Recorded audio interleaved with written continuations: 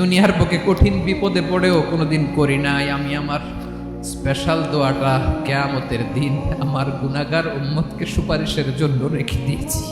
আজকে আমি তোমার দরবারে দাঁড়িয়ে কিয়ামতের দিন ওই দোয়াটা করছি। আল্লাহ, আমার যে উম্মতের হৃদয়ে যাররা পরিমাণ ঈমান আছে, আমার একটা উম্মতকেও তুই জাহান্নামে ঢুকাতে পারবা না।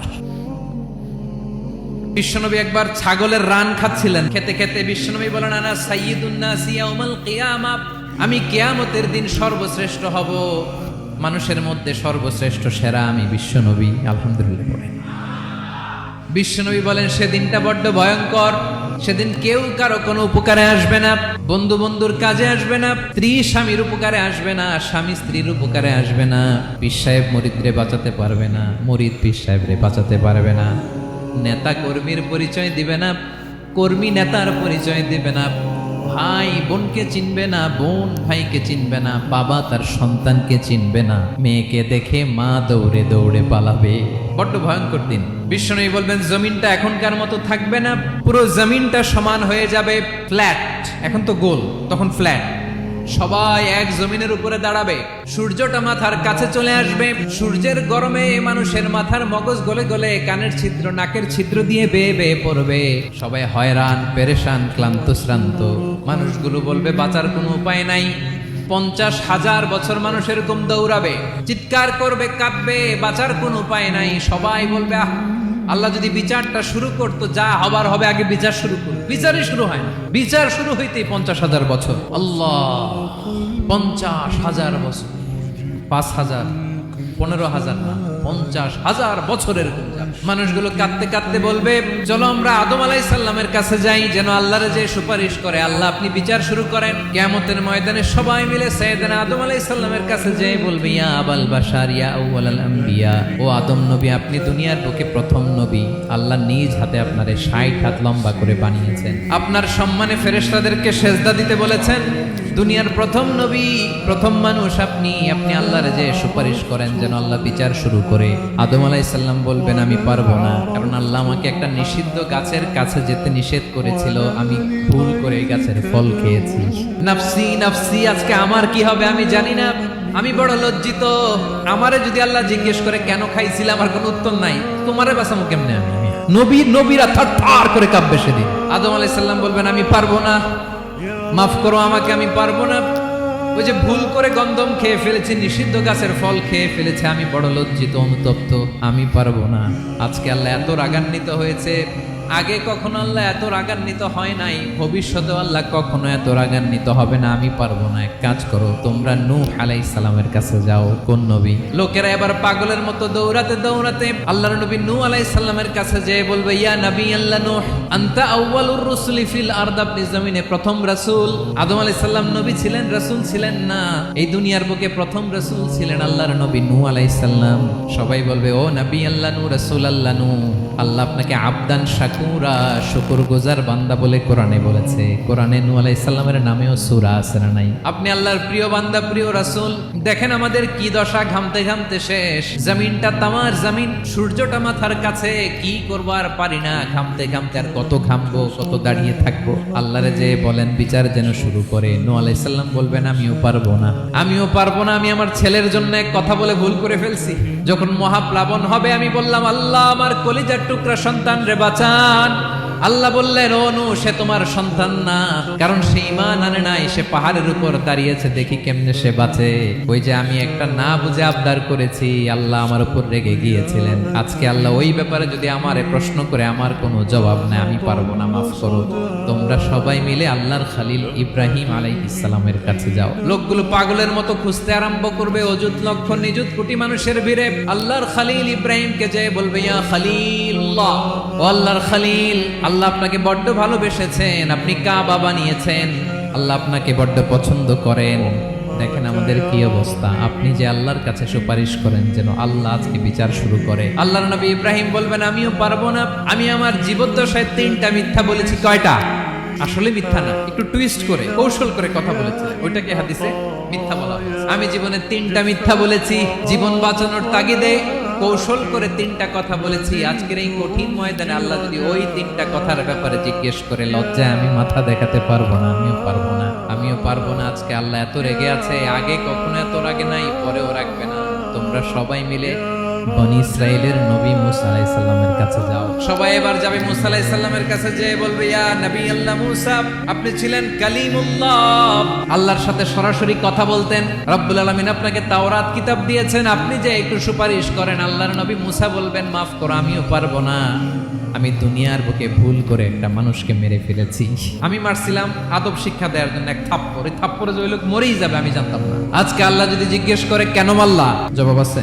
ওই লজ্জায় আমি অনুতপ্ত, আমি পারবো না, আমার এই কথা বলো না। আজকে আল্লাহ বড্ড রেগে আছে, আমি পারবো না। তোমরা আল্লাহর নবী ঈসা আলাইহিস সালামের কাছে যাও। কিয়ামতের ময়দানে মানুষগুলো পাগল পাড়া হয়ে আল্লাহর নবী ঈসা আলাইহিস সালামের কাছে যাবে, যে বলবে, নবী ঈসা আপনি রূহুল্লাহ, বাবা ছাড়া আল্লাহ আপনাকে বানিয়েছেন, ইনজিল কিতাব দিয়েছেন, মৃত মানুষকে আপনি জীবিত করতে পারতেন। আজকের এই কঠিন বিপদের দিনে আপনি আমাদের সাহায্য করেন। আল্লাহর কাছে যে বলেন যেন বিচার শুরু করে। ঈসা আলাইহিস সালাম বলবেন, আমিও পারবো না। ইন্নী উবিদতু মিন দুনিল্লাহ, আমার উম্মত খ্রিস্টানেরা আল্লাহরে বাদ দিয়ে আমি ঈসার ইবাদত করেছে। আমার মা ম্যারি আর আমাকে ডাকতো জেসাস ক্রাইস্ট, আমার ইবাদত করেছে। যদিও আমি আমার ইবাদত করতে বলি না, ঈসা আলাইহিস সালামও ইবাদত করতে বলেছেন একজনের, তিনি কে? আল্লাহর নবী ঈসা আলাইহিস সালাম বলবেন, আমিও পারবো না। আজকে আল্লাহ অনেক রেগে আছে, আমি পারবো না। তবে একটা পরামর্শ দিতে পারি, একটা সাজেশন দিতে পারি। আজকের দিনে এই কঠিন মুসিবতের কালে, এই কঠিন সময়ে কেউ আল্লাহর দরবারে দাঁড়িয়ে একটা টু শব্দ করার ক্ষমতা কারো নাই, একমাত্র আখিরি জামানার পয়গাম্বর বিশ্বনবী মুহাম্মদুর রাসূলুল্লাহ ছাড়া। মানুষগুলো এবার আগুনের মধ্যে পানি দিলে যেমনি আগুন নিভে যায়, দাউ দাউ করা হৃদয়ে জ্বলন্ত আগুন তাদের ঠান্ডা হবে। কিয়ামতের ময়দানে ওই বিভীষিকাময় সময়ে, মুসিবতের কালে মানুষগুলো পাগল হয়ে বিশ্বনবীকে খুঁজতে আরম্ভ করবে। সবাই মিলে বিশ্বনবীর কাছে যে বলবে, ইয়া রাহমাতাল লিল আলামিন, ইয়া খাতামান নবীন, রাহমাতাল লিল আলামিন। দেখেন আমাদের কি অবস্থা, কি কঠিন বিপদে আমরা আছি, দাঁড়াতে পারি না, সূর্যের আলোতে ঘেমে হয়রান। আজকে কেউ সুপারিশ করতে পারবে না। সব নবীরা অপারগতা স্বীকার করেছে, তারা বলেছে আপনি ছাড়া কেউ নাকি আল্লাহর সামনে দাঁড়াতে পারবেন না, আপনি একটু সুপারিশ করেন। বিশ্বনবী বলবেন, আসো আসো, আজকের দিনে আমি ছাড়া আল্লাহর সামনে কেউ দাঁড়াতে পারবে না। বিশ্বনবী মাকামে মাহমুদে যে আল্লাহু আকবার বলে সিজদায় লুটিয়ে পড়বেন। আল্লাহ রাব্বুল আলামিন বিশ্বনবীকে এমন কিছু চমৎকার শব্দ শিখাবেন, ওই শব্দগুলো দিয়ে আল্লাহর প্রশংসা করে বিশ্বনবী কাঁদতে আরম্ভ করবেন। বিশ্বনবী এমন ভাবে অজর দ্বারায় সিজদায় লুটিয়ে পড়ে কাঁদবেন, রব্বুল আলামিনের রহমতের দরিয়ায় জোশ লেগে যাবে। রব্বুল আলামিন এই দৃশ্য থেকে সহ্য করতে পারবেন না। রব্বুল আলামিন বলবেন, ইয়া মুহাম্মদ ইরফা রাসাক, ও নবী আপনি মাথা তোলেন, মাথা তোলেন, আপনার কান্না আমি সহ্য করতে পারি না। নবী আপনি মাথা তোলেন, সাল তুতা, আজকে আপনি যা চাবেন তাই দেব। নবী আপনি সিজদা থেকে মাথা তুলেন, সাল তুতা। বিশ্বনবী এবার মাথা তুলবেন। যে বিভীষিকাময় সময়ে প্রত্যেক নবী বলেছেন আমি পারবো না, প্রত্যেক নবী বলেছেন নফসি নফসি, আমার কি হবে আমি জানি না, আল্লাহ আমারে বাঁচাও। প্রতিটি নবী বলবে নফসি নফসি, আল্লাহ তুমি আমারে বাঁচাও, আমারে বাঁচাও। বিশ্বনবী মাথা তুলবেন, তুলে বলবেন রব্বি হাবলি উম্মতি, আল্লাহ তুমি আমার গুনাহগার উম্মতকে বাঁচাও। এই দুনিয়ার বুকে রব্বুল আলামিন সব নবীকে একটা করে দাওয়া মুস্তাজাবা দিয়েছেন, মানে যে দোয়া করলে কবুল হয়ে যায় সাথে সাথেই। দাও বিহা, দুনিয়ার সব নবীরা ওই দোয়াটা দুনিয়ায় করে ফেলেছে। সব নবীকে আল্লাহ একটা করে দোয়া দিয়েছে, নবী দোয়া করলেই কবুল। সব নবীরা ওই দোয়া করে ফেলেছে দুনিয়াতে। বিশ্বনবী বলেন আমি করি নাই। ওয়া ইন্নী আখতাবিউ দাওয়াতি শাফাআতান লি উম্মতি ইয়াউমাল কিয়ামাহ, আমার ওই স্পেশাল দোয়াটা আমি দুনিয়ার বুকে কঠিন বিপদে পড়েও কোনোদিন করি নাই। আমি আমার স্পেশাল দোয়াটা কিয়ামতের দিন আমার গুনাহগার উম্মতকে সুপারিশের জন্য রেখে দিয়েছি। আল্লাহ বলবেন নবীর ফারাসাক, মাথা তোলেন, আর কাটবেন না। বিশ্বনবী মাথা তুলবেন, আল্লাহ বলবেন সাল তুতা, আপনি যা চাবেন তাই দেব। ওয়াশফা তুশাফা, সুপারিশ করেন, সুপারিশ কবুল করব। বিশ্বনবী বলবেন আল্লাহ ওই স্পেশাল দোয়াটা দুনিয়াতে করি নাই, আজকে আমি তোমার দরবারে দাঁড়িয়ে কিয়ামতের দিন ওই দোয়াটা করছি। আল্লাহ আমার যে উম্মতের হৃদয়ে যাররা পরিমাণ ঈমান আছে, আমার একটা উম্মতকেও তুমি জাহান্নামে ঢুকাতে পারবা না। বিশ্বনবী পাগলের মতো একবার হাউজে কাউসারে যাবেন, একবার সিরাতে যাবেন, একবার পুলসিরাতের দিকে, একবার হাউজে কাউসারের দিকে পাগলের মতো দৌড়াতে থাকবেন। তার কোন গুনাহগার উম্মত যাতে জাহান্নামে ঢুকে না যায়, সেদিন কেউ সুপারিশ করতে পারবে না বিশ্বনবী ছাড়া। এজন্য ৫ নম্বর আল্লাহ বললেন, মান যাল্লাযী ইয়াশফাউ ইনদাহু ইল্লা বিইযনিহি। কার সাহস আছে, কার এত বড় বুকের পাটা, কিয়ামতের কঠিন দিন আল্লাহর সামনে দাঁড়িয়ে সুপারিশ করবে? কারো ক্ষমতা নাই। বিশ্বনবী সেদিন সেজদায় পড়ে উম্মতের জন্য কাঁদবেন, সবাই কাঁদবে, নফসি নফসি, আল্লাহ আমারে বাঁচাও, আল্লাহ আমারে বাঁচাও। বিশ্বনবী বলবেন, উম্মতি উম্মতি। বিশ্বনবী আমার জন্য কাঁদবেন, আপনার জন্য কাঁদবেন, আমাদের জন্য সেদিন কেঁদে কেঁদে জাহান্নামের দরজায় দাঁড়িয়ে আমাদেরকে টেনে টেনে জান্নাতে ঢুকাবেন।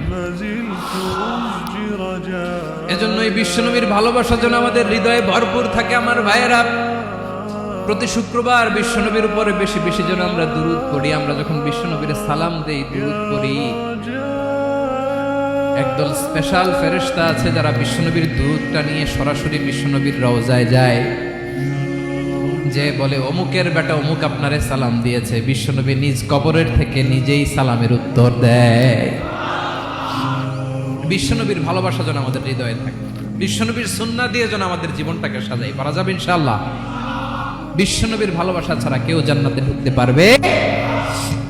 বিশ্বনবীর পক্ষে আমরা বলবো, বিশ্বনবীর পক্ষে আমরা লিখব, বিশ্বনবীর জন্য আমরা আমাদের কলিজার রক্ত বিলিয়ে দিব, ঠিক কিনা বলেন?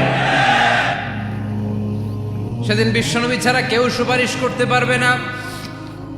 ৫ নম্বর আল্লাহ বললেন, মান যাল্লাযী ইয়াশফাউ ইনদাহু ইল্লা বিইযনি। কে আছে সুপারিশ করবে আল্লাহর সামনে? আর আপনি আপনার বাবার দরবারে যে সেজদা দেন, হ্যাঁ? ইব্রাহিম আলাইহিস সালাম থারথার করে কাঁপবে আর বলবে, নফসি নফসি, আল্লাহ আমারে বাঁচাও। মুসা আলাইহিস সালাম থারথার করে কাঁপবে, আল্লাহ নফসি নফসি, আমারে বাঁচাও। আর আপনি পীরের দরবারে যে সেজদা দেন, কোথায় আছেন আপনি? খবরদার, কেউ বাঁচাতে পারবে না। যাকে ইল্লা আল্লাহ যাকে অনুমতি দেন, বিশ্বনবীকে দিবেন, নবীদেরকে দিবেন, এরপরে আল্লাহ তার স্পেশাল ওয়ালিদেরকে, মুত্তাকিনদেরকে, শহীদদেরকে, সিলেক্টেড বান্দাদেরকে দিবেন। কিন্তু কাকে দিবেন, কার জন্য দিবেন, দুনিয়ার কেউ জানে না একজন ছাড়া, তিনি কে?